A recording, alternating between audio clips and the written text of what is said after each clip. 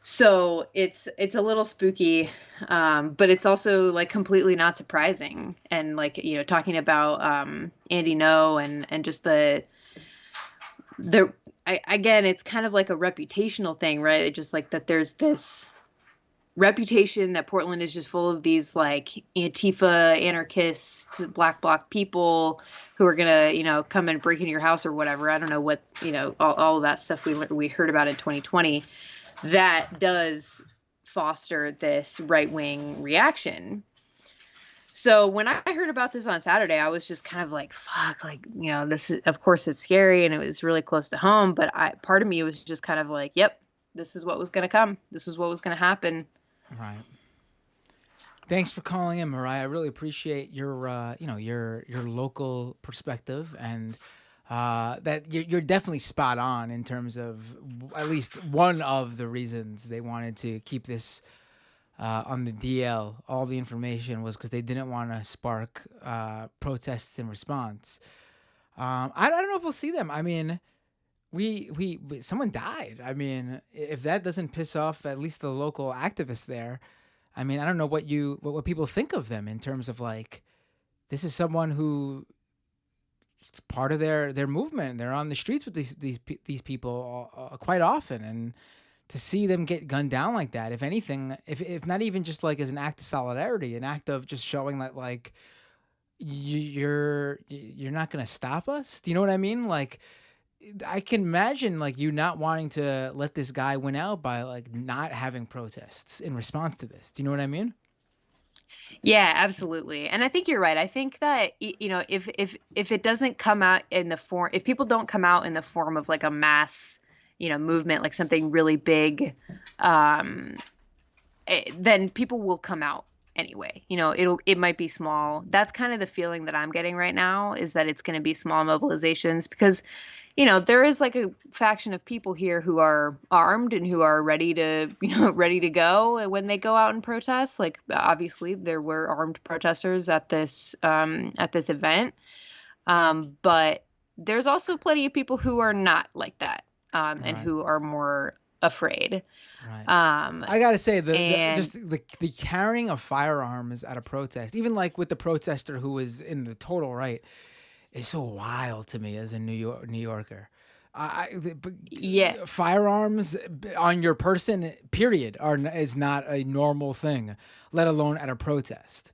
I mean, it's just not. It's just wild to me. I don't know what that's. I mean, that's a whole nother. I honestly, I think like, again, in this very rare instance, it worked out for the in the best way possible. But I can't think of a more chaotic situation where you can, quite frankly, shoot the wrong person, even in a situation like this, than at a fucking protest. It is so wild to me. I know. I mean, I remember your Kyle Rittenhouse, your Kenosha coverage, and I remember hearing, thinking the exact same thing. Like, this was just never going to end well for anyone. And obviously, we know, like, in this situation here in Portland, it's sort of the best case scenario that this protester was armed and knew how to use their weapon and was able to stop this person from killing more people, right? It's terrible how many people they were able to shoot so quickly, but it could have been so much worse. Right. And so in some ways it is kind of like the best case scenario, but I do agree. Like, the first time that I started seeing people carrying like long guns and stuff, like really, really packing at protests back in 2020, it was jarring. It did not make me feel safer, because I was like, oh, what are you going to do? Like, you're armed and that's great or whatever. That's you're within your right. But we've got like a platoon of like DHS and National Guard, armed with much, much, much, much heavier weaponry. Like, what are you going to do? Right. And if you shoot at them, what are they going to do to us? Right. It just didn't seem smart. So, but it is a part of like the protest culture here now. People are there is a group of people who are very, very, very security minded, I guess. And whether or not they're actually prepared to do what this person did on Saturday, and to defend people, is one question. But It's definitely like a vibe. It's kind of, I think for some people here, it's an aesthetic. It's just like, oh, we want to like look cool, Right. Yeah. which is really unfortunate because it's a very serious responsibility.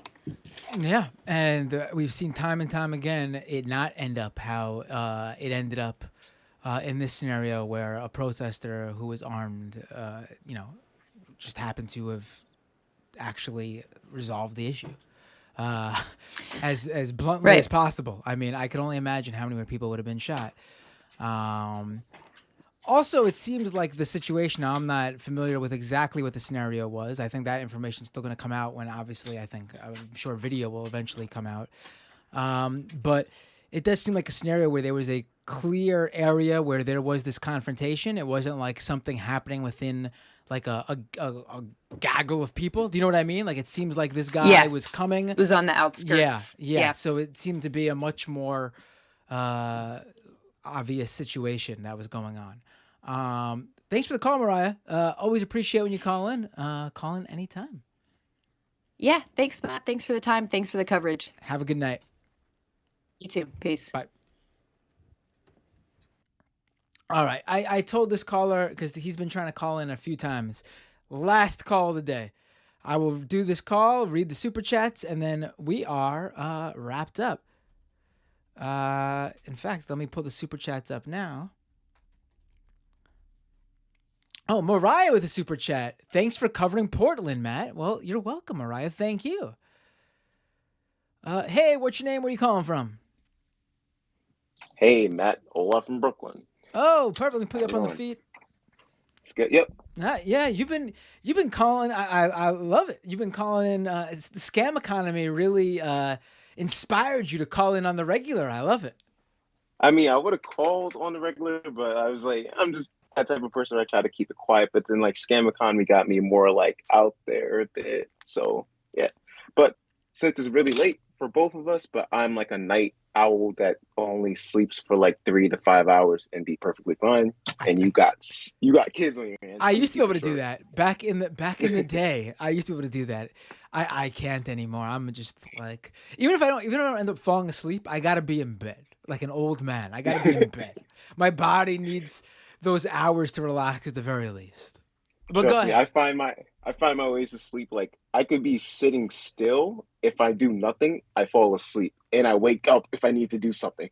But yeah, I remember because I wasn't fully into the conversation. I was like listening to one other thing and like listening to like your guests also, and I was cleaning up my room at the same time. So like I had to be everywhere, everything. And I still don't know what everything that happened in Portland, Sally. And I'm gonna rewatch the stream and also like read up on it. But then you said this one comment about like homeowners at the end, and this is not me defending homeowners. It's just me knowing the whole situation. And fuck, what if they use a gun in any situation? Fuck all that shit. But especially when it comes to New York City, especially when it comes to home ownership, when it comes to like the sidewalk, it's not your property, but you have to regulate and basically make sure nothing happens on the sidewalk. Oh, right. Since Yes, it's in front of your own like, property. When it snows, you're responsible for clearing the snow off the sidewalk directly in front of your property. Yes. Yeah. And then also like we got this situation going on, just like a couple of like because I have family that has homes also, where like there's water coming out. There's water coming out that a pipe, I think is a natural gas line that's near a house, and they need to take care of it. The city went to that person and was like, hey, you need to take care of that. And it's like, wait, we don't know where that water's coming from. It's not in our house, and we don't know where. And then like they're being charged for it, and then like they don't insurance for whatever it is not going to be kicked in because of that. And it's like it's not them, but it's the sidewalk at their house, and they had to take care of that. And it's like, holy shit! Right. The troubles of being a homeowner. That's about it. I'm not gonna fucking like, because I know there's some douchebag like homeowners. The situation is because you're right about the things you're saying, but they're irrelevant here because here's the quick summary. The media was told by Portland police that there was a confrontation between an armed homeowner and armed protesters. This immediately makes it seem like, what does that sound like to you? There's a confrontation on this guy's property or directly in front of it in some way, right? Like this guy's like an gotta protect upstanding my house. citizen with, turns out this guy was not a homeowner, lived in an apartment, Mhm. went down out of his apartment, walked a number of blocks through his neighborhood or through the neighborhood, armed, to confront protesters who he did not like ideologically, and then ended up shooting at them, injuring 5, killing 1. So the home ownership thing, irrelevant completely, made no sense whatsoever. It is, entirely. Yeah, so that's the whole deal there. But I appreciate you calling it. Even in the castle document stretching that far is crazy. It's on your sidewalk.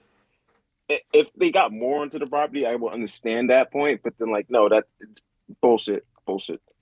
I mean, also, yeah. I mean, something could be happening even on your block, but I mean, you don't have the authority to go out You there won't and go out mandate there. anything. Yeah. Nonsense. Right. It's nonsense. All right. Thanks for the call. Have a good night. All right, man. Peace. Good night. All right, folks. Super chats. I'm going to hang up on Skype for tonight. You could always call in the show anytime I'm doing a stream. I read Mariah's super chat. We got Gerard with a super chat. I'm a big fan of Doomed because I've had a morbid curiosity with the far right since at least Gamergate. I've been listening since episode 1. Thank you. I really appreciate it. It's been about 4 years. It's been 4 years because we're on episode 201 now. Catherine with a $10 super chat. Hey, Tennessee, I super get it.